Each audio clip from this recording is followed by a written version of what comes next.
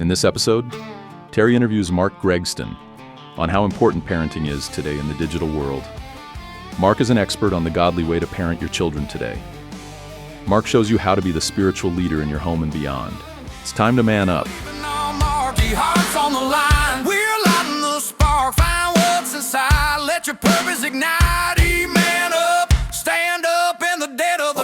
Hey, welcome to the Man Up Podcast, where we call men to step up, stand firm, and lead their homes with strength and conviction. Today's episode is especially important for every dad, every parent, and anyone investing in the next generation. We're going to be joined today by Mark Gregston. He's the founder of Heartlight Ministries. That's a nationally recognized, he's a nationally recognized parenting expert and a man who's really spent decades helping families navigate some of the toughest seasons of raising teens. And Mark's going to be speaking at an upcoming event that we're hosting at Legacy Farm on Saturday, February the 21st from 9 to 3. And today we want to give you a little preview of what to expect. So Mark, welcome to the Man Up Podcast again. Hey, Terry, thanks, man. It's good to be with you. It really is. Yeah, and I look forward to seeing you guys next week. That's going to be fantastic. Yeah, it's going to be fun, and I can't wait. And so, I'm just going to pause right here. Guys, if you're listening, this gentleman spent the last 50 years walking alongside parents on helping them raise their kids. And experience comes from learning from your own mistakes. Wisdom comes from learning from the mistakes of others. So you're going to have a half a century of experience all combined with a whole bunch of wisdom that he's pulled from dealing with literally thousands of kids at this point. You're not going to want to miss this. And so, Mark, for those who may not know you, give us a little bit of background. What led you into working with teens and parents in crisis? You know, it was interesting. I mean, it was a typical high school life. My wife and I dated for all through high school because she's such an instrumental part of all this. Our first date was when a Christian band came through Tulsa, Oklahoma. A band called Led Zeppelin, and so that was our first. That was our first date in ninth grade, and then we decided to go off to different schools just to see if this thing was going to last. We did. I went to the University of Arkansas to swim. She went to Baylor University. We knew that we were supposed to be together. We came back to Tulsa University. Within a week, somebody came up to me and said, "Would you like to lead a Young Life Club?"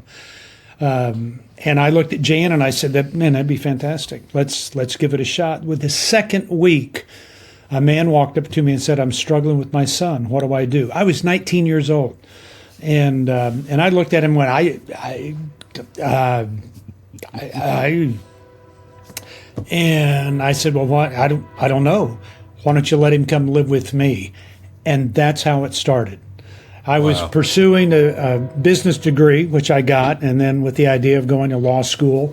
And but all through that time, ever since Jane and I got married, we always had kids living with us. And I worked for a church for 7 years, did the youth thing, the youth pastor thing, and that was great. But my heart was for these kids that were struggling and for families that didn't know what to do. So left that, went to a Christian sports camp in Missouri and was there for 7 years as a Young Life area director as well, working with kids, still having kids live with us. And then 38 years ago, left that, moved to Texas, started a program called Heartlight. And we've now had over 3,500 kids live with us throughout the years, and so I live now next to a campus that we've built on 150 acres. I live with 55 high school kids that come from all over the country that are struggling, and parents don't know what to do. And I never wanted to do this, books and podcast and radio and all that. I just wanted to spend time with kids. But I saw that what we were learning could be of great help to people, and we couldn't just sit back and not share that with other people. No, that's so good. But at this point, I guess at this point, it's been thousands of struggling teens and families you've worked with over the years. You know, and I have traveled. I've spent up until, I've spent the last 15 years, not this past year, 15 years traveling 200 nights a year, speaking and doing things across the country. And I don't know how many people we've affected. I really don't care about numbers, and that doesn't bother me. I just want to know that we're helping somebody in the midst of it. That most of the kids that live with us, I interviewed a bunch of those kids this morning for our podcast and radio program, and every one of the 6 said this: had they not come here, they would be dead. And so I feel like we are saving the lives of kids, and these are great kids. They're not just some incorrigible kid living off the streets. These are kids that are no different than your kids or my kids. Anybody in your church, it's like their kids. I mean, those are the kids that live with us. Because some people have this idea that, well, if you get sent off to live at another place, then it must be a mess. And that's not my kind of child. The hardest thing I have to convince parents of is that the kids who live with us are just like your kid. Just like your kid, except something traumatic has happened, some difficulty, they've been influenced somewhere, and they get off path, and parents don't know what to do. And so we've just developed some skills that say, let us help you, let us save your child's life, let us save your relationship with your child and get them all to a better place.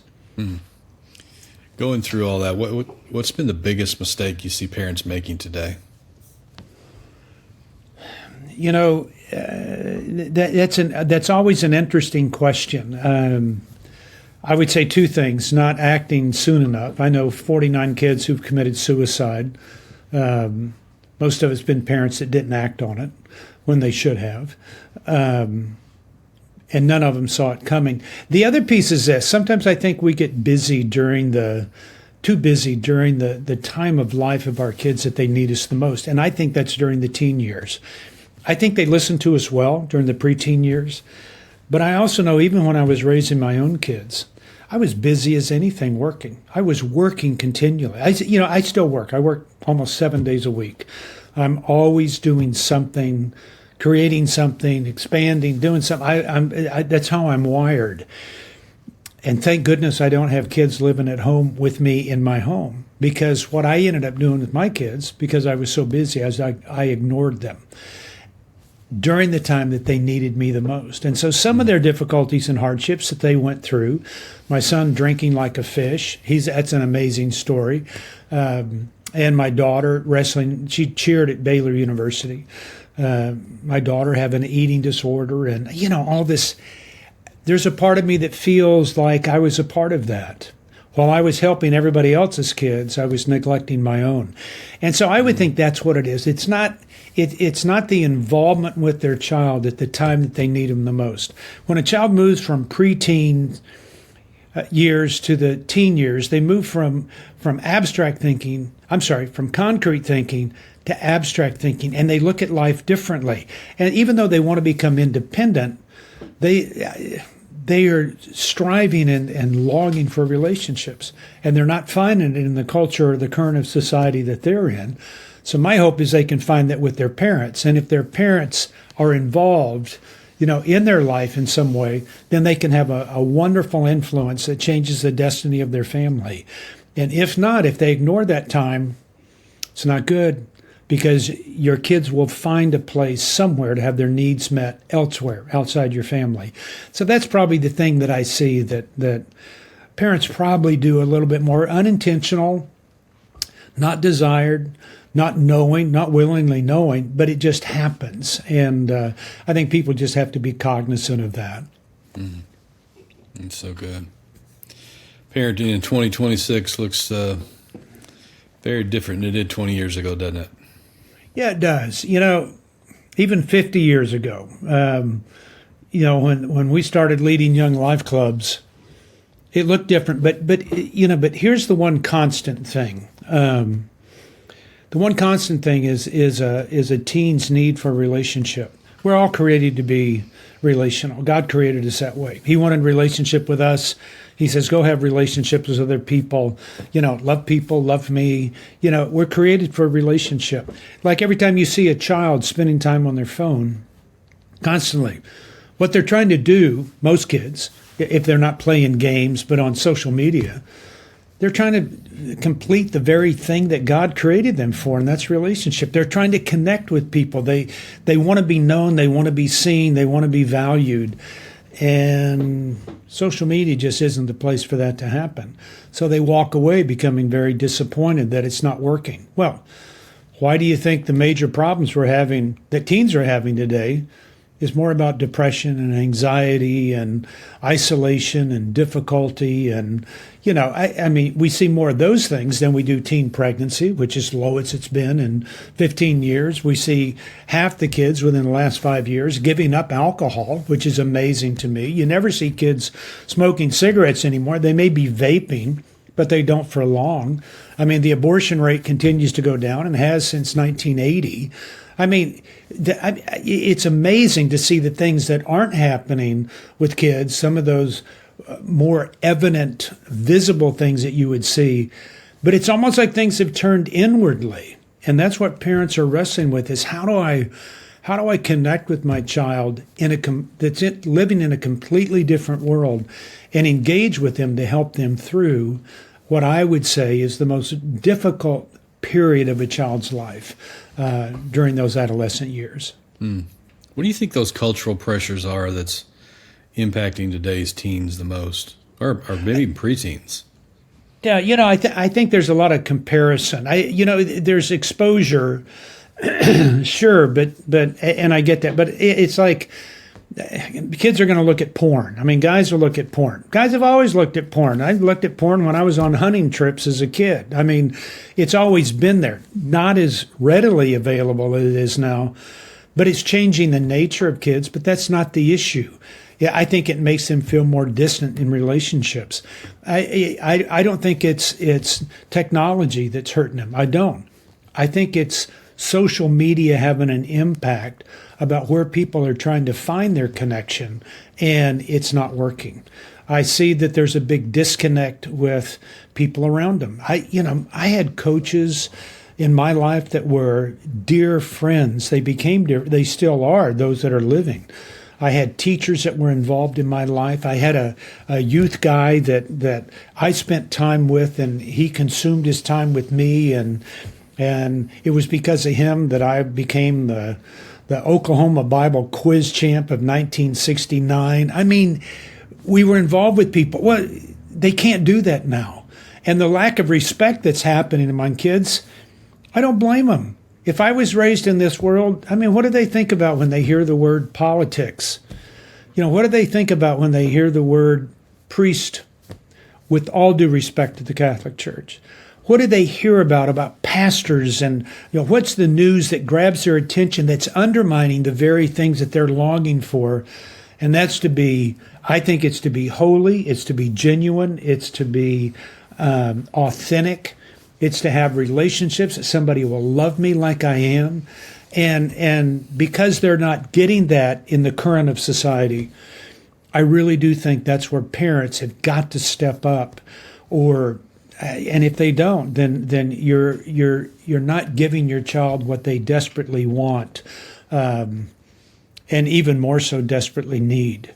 And that's a relationship with you that gives that living example and gives them a taste of the character of God in a tumultuous time that they're living in. I mean, you and I have said this, that I'm glad that I don't have to be raised in this culture. We've said that. Everybody said that.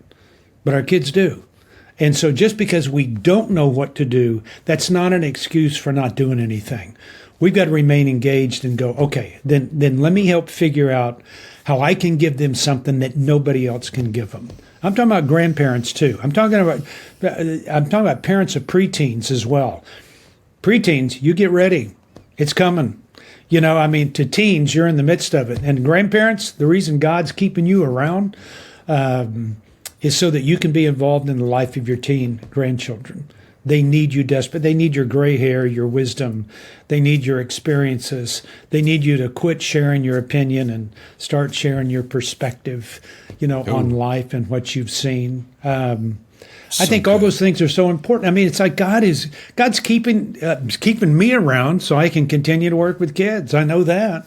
I think that's why so many grandparents are raising their teen grandchildren and so involved. but it's got to look different because it's a different world that our kids live in. So those parents out there that are listening today and they're overwhelmed, it's like social media, the anxiety, the identity issues, rebellion. Where does a dad even begin? You know, that's part of the reason that we're doing this seminar. I mean, it's not something that can be answered in just a minute. It can be answered over a period of a few hours that really walks somebody through how do we engage differently? How do we take those first steps? How do we solve some of the issues that we're facing? How do we deal with disrespect? How do we change some of the ways that we think that kids ought to be raised to understanding that it may be different to get the same thing. We may have to pursue things differently. And so I think that the first step is saying, I want to be involved and I don't know what to do. I mean, because if you know what to do, I have parents coming to me all the time. Well, I know what to do. And their kids are living with us. And it's like a person who comes up to us. I mean, we've got 20 horses here. But it's like a person that comes up and says, I know how to ride a horse. You know, that's the most dangerous person to ever let on your horses. Oh, yeah, I've ridden all the time. I can do this. I can do this. You know, that's what I said. I swam competitively for years. I did the pre-Olympic deal back in the early 70s. I swam at the University of Arkansas. And because I thought I knew what I was doing, I was the one that almost drowned 2 years ago. And so, I mean, we get this idea, we got it. Well, I go, yeah, I'm not so sure. You just because you've been successful in the past, and Terry, this is the only time I tell parents they're wrong. Only time, because I think we're all trying to do the right thing. But the only time I tell parents they're wrong is this: if you think that the strategy and the style that you've used during the preteen years is going to be effective during the teen years, you are wrong. You're just wrong, because everything's shifting. A kid's growing up differently. It's not just exposure. They think differently. They truly are moving from concrete thinking where they go, I can't wait to hear more from Dad. I wish Mom would talk to me more. I mean, it's those kind of things. And then they turn 12 and 13, and there isn't a parent out there that hasn't seen that change begin to happen overnight. Well, that means that parents have got to change their way of engaging with their child to get them to a better place. And even those that have kids that are older, you know, there's a teaching part of it, there's a training part, but there's a transferring part too, so that we don't have a bunch of kids off in college that can't function in the world because we're just loving on them and hovering over them and doing way too much. That's not what God had intended. We're supposed to get kids to a point where they can launch, where they can be wonderful, where they can be productive. I mean, the American Medical Association has increased the age of adolescence to age 26. Who would have thought? I mean, who would have thought? And I think so. So it's not just teens; it's preteens in knowing what to do. It's teens in handling the issues, and then it's post-teens. How do I engage differently during those years to make my son or my daughter truly a child of God who understands the culture and can function in it and thrive? I think that's what I would want for any family more than anything else. I want you to thrive. I don't want you to be disconnected.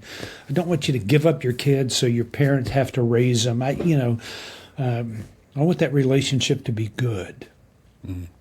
That's a long answer, isn't it, to a short question? Well, there's a lot to unpack there, I know, so it's a teaser for us that are listening. Yeah, I know this next one could be the same thing, and so I'm not looking for an exhaustive answer, but, how can parents stay firm without becoming controlling and stay loving without becoming passive? Like, can you speak to that for a minute about, like, what's that balance look like? You know, I think we're in total control. We try to be in total control during the preteen years. But during the teen years, our goal is to allow our kids to be in control. And we think that we have to be in control. It's like this. Somebody just called me and said, my son ran a stoplight, got pulled over, and he's got to do 20 hours of community service.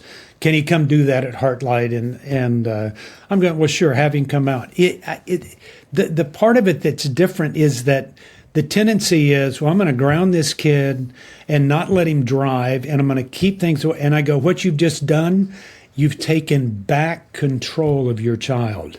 We're so intent on managing behavior sometimes that we forget that our intent is helping our child become a mature, independent kid that's in control, that understands the world they live in and can make great decisions.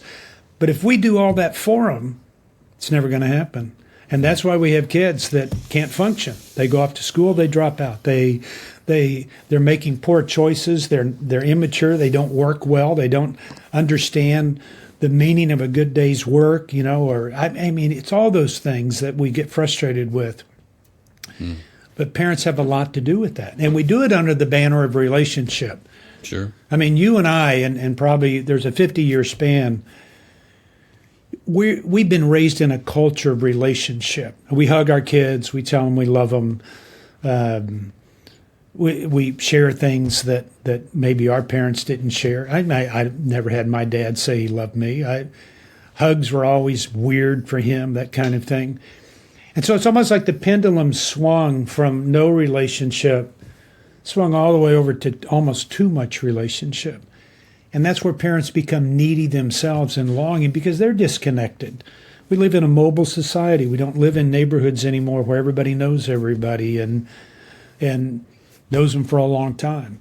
And so I think that's it's the case is this, Terry, is looking at our kids and saying, what's effective to get them to a good place? And the minute that you think that your kid can't be influenced by this culture, you're wrong. I mean, you're just wrong. I mean, or that it can't be your kid. That's what every parent I talked to, I had no idea that my kid was going through this. I had no idea they were doing this. And as I said, half the kids we have would tell you that if I had not come here, if I had not gotten help, same help that we talk about in all the conferences and seminars we do, they would go, I'd be dead. I wouldn't be here. And so with those kind of chances, man, I'd give up a Saturday anytime to come to an event that may change the outcome for my family.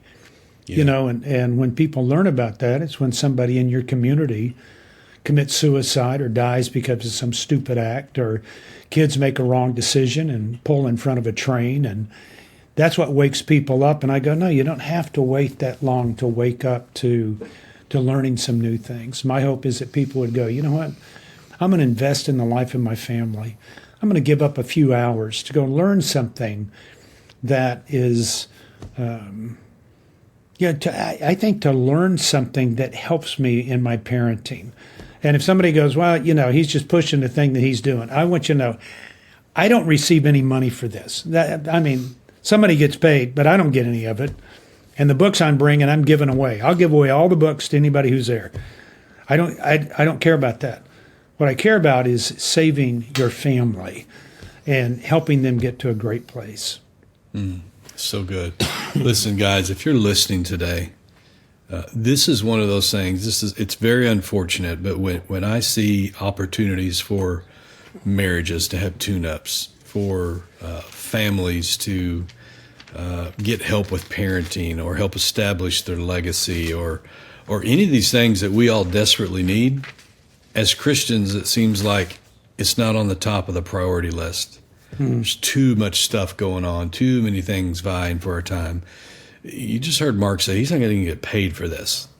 Now, we're going to pay to cover expenses, but he's not going to get to keep any of that. And can I tell you that we're not even going to have enough that comes in from this to pay what we're going to pay Mark. And so the only reason that I say that and the only reason he says that is because that's how much we both believe in what needs to happen out there. Listen, I got 6 grandkids. I have 3 kids. I want them to hear this message. There's only so much that I've gleaned from my wisdom, and they can glean from the mistakes that I made as a parent. and the wisdom maybe that I've learned from a few things I've seen other people's do right. I want all the opportunity for them to be able to succeed, because our legacy, which is not what you give to people, it's what you leave in them. Yeah. I want that to be strong for the next 100 years. So I'm begging you, make an opportunity in your schedule, rearrange it. There is probably nothing more important, very few things that would be more important than pulling apart that Saturday and investing 6 hours. Now, if people do that, what can they expect? What kind of topics, are going to be covered in the course of that? Yeah, well, a lot. I mean, it's like it'll be like drinking from a fire hydrant, believe me. And people are going, "Can you just slow down for a minute?" But I think gaining an understanding makes all the difference in the world. And I'm not one that's going to spend a whole lot of time. I don't spend a whole lot of time trying to get you to understand something without giving you some practical help about what you can do different and what I see as effective and what I've learned to be effective over 50 years. I mean, it's saying, here's some things that you can do. So I think it's understanding the culture that's key, but I also think it's understanding how to move from a teaching model to a training model of parenting. Mm-hmm. It's learning how to look at the balance within a family, what a family really needs and ways to get there. I mean, habits that can be done, messaging that can be done different, engagements that can do different, asking questions instead of giving answers. As I said earlier, sharing perspective and not opinions. Nobody wants anybody's opinion anymore because I got a million of them I can read every day. I need perspective, and giving people the opportunity to do that, helping them learn how to have a relationship that's different, helping them stand strong when a child is maybe bucking up against some things with them. That's okay. When kids go, I hate God, that's all right. I can still love you, whether you love God or hate God. Doesn't matter to me. This is your deal, but I will love you through it. I think that's where it's helping parents understand, here's some things I can do. Here's some ways that I can engage. I can restore relationships. I can redeem a relationship. I can learn what my role is as my child. And I can develop that deeper relationship and give them what they're not going to get anywhere else. Mm. So anything I talk about leads to that. We'll laugh a lot. We always laugh a lot, but I think it's being very serious about some things that need to happen, because the backdrop is we need to save the lives of your kids. If we don't help your kids now, they're going to make poor decisions when they choose a spouse. They're not going to parent right. It's going to continue on. They're not going to be good workers when they work a job somewhere. They're not going to be a part of that community that we hope that all of our kids and grandkids would be a part of a community. What you do now as a parent makes all the difference in the world. Yeah. So is this only for parents of teenagers, or would parents of younger kids benefit too? Oh, no, God. You know what? I mean, it's interesting. It's almost that I wrote a book called Tough Guys and Drama Queens and a few years ago. We have another one coming out called Tough Guys and Drama Queens 2, which is kind of an update, kind of thing. And it's interesting that book that was written for high schoolers is really for middle schoolers now. And the book that I wrote for kind of post, graduates of high school is really for those people that have kids in high school. And I'm working on another book now for the older kids. So it's for all parents. I thought I was just going to be speaking to parents with struggling kids, and I do. And I'm good at that.